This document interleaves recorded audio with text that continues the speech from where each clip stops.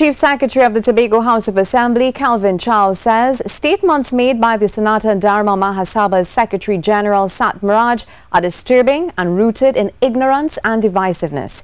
In a video posted to Facebook from TV Jagriti's talk show Maha Sabha Strikes Back, Mr. Maharaj is heard describing Tobagonians as lazy people who don't want to work.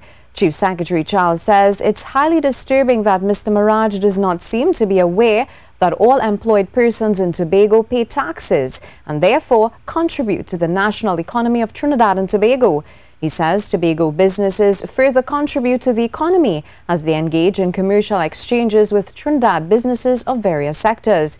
Mr. Charles calls on Tobagonians to use every negativity thrown at them to build themselves up and become better and greater citizens. He tells them to be their brother's keeper and hold each other accountable, to be the best employees they can be, the best parents they can be, the best students they can be, and the best entrepreneurs they can be.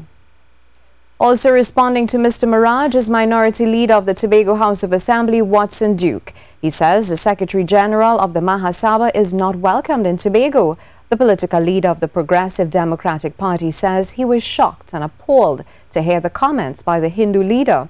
He says Mr. Maharaj has found a negative way to comment on the challenges of the air bridge and sea bridge that Tobagonians face on a daily basis, and adds he has made a mockery of Tobago's culture and Easter festivities when he implied that what all Tobagonians want to do is raise crabs and goats.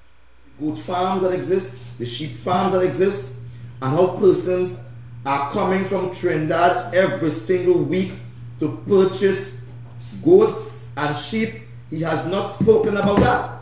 He has not spoken about the big crabs that exist in Tobago as compared to Trinidad, and how the crab in Tobago are somewhat more organic, somewhat more tasty. So much so that crab and dumpling is a national dish. He has not spoken about that. Mr. Duke is calling on Mr. Maharaj to do the honorable thing and apologize for his statements. He says until then, the Maha Sabha leader is not welcomed in Tobago. We cannot continue in a country that sings about every creed and race find an equal place, and may God bless our nation.